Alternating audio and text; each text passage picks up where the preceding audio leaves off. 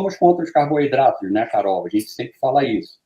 Nós somos adeptos à comida de verdade. Então, se a pessoa quiser comer um carboidrato da batata, de uma feira, né, como a gente chama, isso daí não tem problema. Isso daí, muitos vêm na nossa página criticando, você não sei, nós somos contra industrializados, processados, macarrão, pão, biscoito, esses lixos aí que vendem a roda direito, farináceos, né?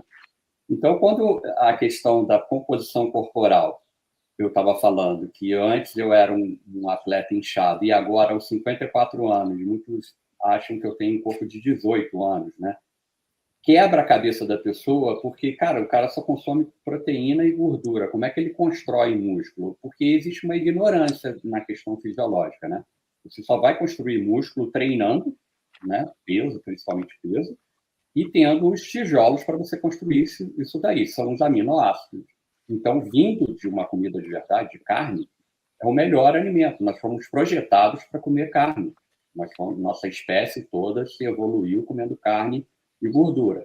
Então, o exemplo, como a Letícia falou, cara, é só mostrar que existe hoje pessoas muito famosas online dizendo que o jejum e que a carnívora te transforma numa caveira, né? Aí, esse é o ponto.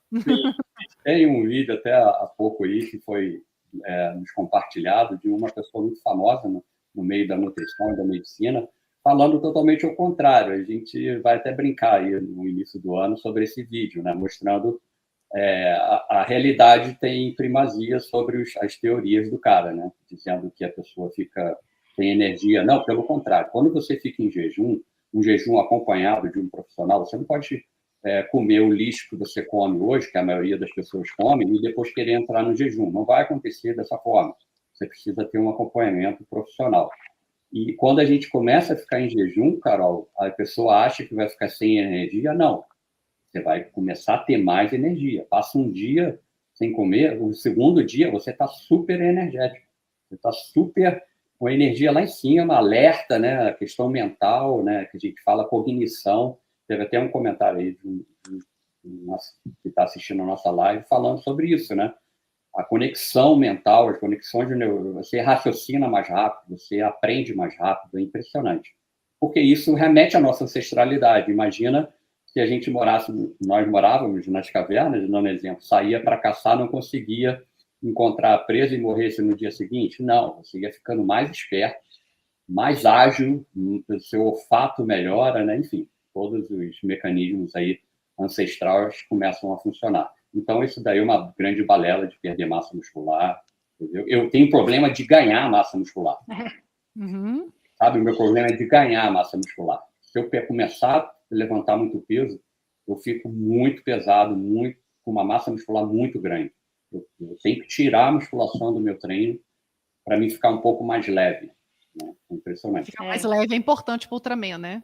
Sim, o esporte de endurance, quanto mais leve, melhor. Quanto mais leve, melhor. E assim, né, Carol, nós estamos tão dentro aí dessa questão das diretrizes nutricionais, né, de todas essas crenças da alimentação, que a gente tem medo de ficar, que a gente não, né, que a maioria das pessoas tem medo de ficar 3 horas sem comer, né? Então, assim, e que era uma coisa que a gente já fazia lá na nossa ancestralidade. E às vezes a gente fala de ancestralidade, aí você vai muito longe, né? Mas se a gente for ali na época dos nossos bisavós e dos nossos avós, a gente vai ver que a galera comia café da manhã, almoço e janta, né? Então, assim, essa coisa de comer o tempo inteiro foi imposto aí pelas indústrias, né? E isso começou a vir a partir dos anos 70, né? Essa coisa de comer, da revolução industrial, da mulher, né? Da ascensão da mulher no mercado de trabalho com mais facilidade de alimentação. Então, né? Essas coisinhas, bolachinhas, barrinhas de cereal e tudo mais, né? E o que acontece, Carol? A gente mudou a nossa forma de usar a energia, porque nós somos seres que usamos gordura como fonte de energia e não é à toa que a gente armazena. Por isso que nós armazenamos gordura, para usar numa falta. Só que a gente nunca chega nessa falta porque a gente tem facilidade de alimentação, a gente tem essa enxurrada de informação de que a gente tem que comer de 3 em 3 horas, e isso, né, vai fazendo com que a gente mude a forma metabólica e a gente tem uma dificuldade de acessar a nossa gordura como fonte de energia, né? Então, voltando lá para aquele aspecto que a gente estava falando sobre o Alessandro ter passado por um processo de adaptação até chegar, o que acontece? Eu voltei com o metabolismo dele, ou seja, ele passou por uma dificuldade de acessar essa energia, mas a partir do momento que o corpo volta a utilizar a gordura como fonte de energia, volta, né, a um metabolismo que a gente nunca deveria ter saído. E aí a gente tem 2 pontos, né? Que a gente tem a proteína, que é construtora, e a gente tem a gordura, que é energia. Então, o que acontece? O Alessandro, aliando a dieta carnívora, que é fonte riquíssima em proteína e gordura, com jejum, ele começa o quê? A aumentar a sua massa muscular e a utilizar aquela gordura armazenada. E aí explode essa questão da composição corporal dele, ou seja, ele fica mais forte e com a gordura dentro dos parâmetros normais. É óbvio que ele, como um atleta, tem um percentual de gordura mais baixo pelos treinos, né? Ou seja, o corpo dele utiliza a energia que precisa através dessa gordura, e aí a gente vê essa melhora de composição corporal. E o mais interessante também é que carboidratos em excesso ou os carboidratos industrializados levam a um processo de inflamação também. Então, como ele não tem esse tipo de alimentação, ele não é uma pessoa inflamada, então ele não fica fofo, como ele era antes, que ele falava que ele tinha uma barriguinha, né? Então, ele começa a desinflamar e aí começa a surgir esse corpo atlético, que é um corpo que ele falou, né? Que é um corpo que ele não tinha nem quando ele tinha 18 anos, e isso aos 54, que é também uma quebra de paradigma, que muitas pessoas e muitos profissionais da área de saúde dizem que depois de uma certa idade, né, não só para os homens, mas para as mulheres, não se ganha massa muscular. Então, na realidade, é que não se alimenta da forma que deveríamos se alimentar, né, digamos assim, e também não faz o treino que deveria ser feito. Então, sabendo que a gente tem uma alimentação, que nós humanos temos uma alimentação que já da nossa, né, da nossa criação, quando isso acontece, a gente vê essa melhora aí de composição, melhora de saúde, né? Sem inflamação. Tem uma questão que eu gostaria de botar as pessoas para pensarem um pouco, os nossos que estão ouvindo aí, Carol, é o seguinte: como espécie, como a Letícia falou, não precisa voltar nas cavernas, mas o nosso corpo, nossa fisiologia, nossa biologia é igual aos homens das cavernas. A gente só não tem muito pelo agora, né?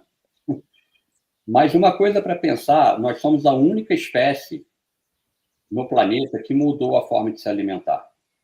A única. Se você for para a natureza, o leão continua comendo a carne, a girafa continua comendo as folhas, né? Nós somos os únicos. E se você colocar uma outra observação, se você for para o zoológico, né, você vai ver tigres obesos, né? Por quê? Eles tentam mudar, o bicho não tem para onde correr, o bicho fica ali naquele espaço fechado, né?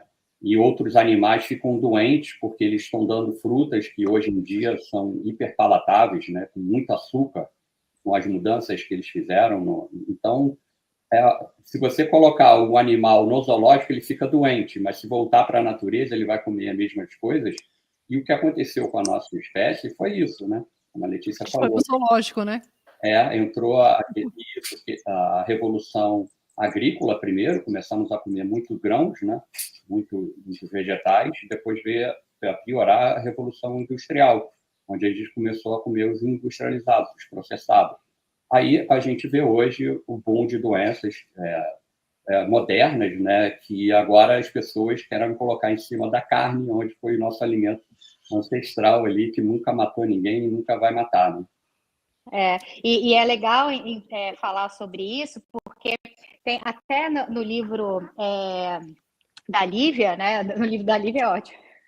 a carne nossa de cada dia, né? Depois eu vou pegar ele aqui para mostrar para vocês. Tem um estudo ali sobre os gorilas, né?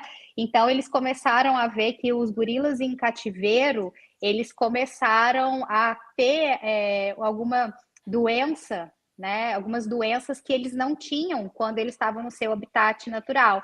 E aí eles fizeram uma experiência de voltar com a alimentação para esses gorilas, como é a alimentação natural deles. E aí eles tiveram um emagrecimento, tiveram uma melhora nos aspectos de saúde. Então, assim, os animais em cativeiro, eles começam a desenvolver doenças que não são da natureza dele. Então, ou seja, hoje, nós, apesar de termos uma certa liberdade, nós somos animais em cativeiro. Então, quando a gente volta a ter uma alimentação que é a alimentação natural do ser humano, a gente começa a melhorar todos esses aspectos.